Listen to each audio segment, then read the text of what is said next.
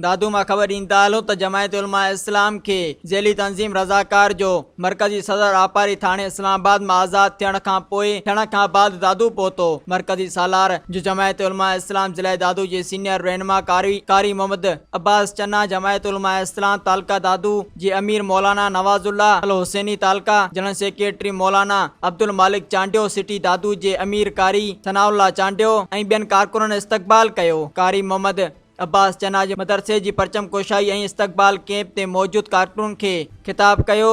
खिताब कंदे मरकज़ी सालार इंजीनियर हाजी अब्दुल रज़ाक आबिद लाखो जो चवणु हो त असां इमरान जे इक़्तिदार जूं ऐं शेख रशीद जूं निंडूं हराम करे छॾियूं ऐं इमरान जे इक़्तिदार जा ॾींहं पूरा थी चुका आहिनि। मरकज़ी सालार अगरि PDM अपोज़िशन जी कंहिं बि MNAs खे गिरफ़्तार कयो वियो या अगवा करण जी कोशिश कई वई त पोइ दमादम मस्त थींदो। मज़ीद ख़बरनि ऐं तफ़सीलात लाइ विज़िट कयो असांजी वेबसाइट www.awamiNewsHD.com ऐं ॾिसंदा रहो अवामी न्यूज़ HD।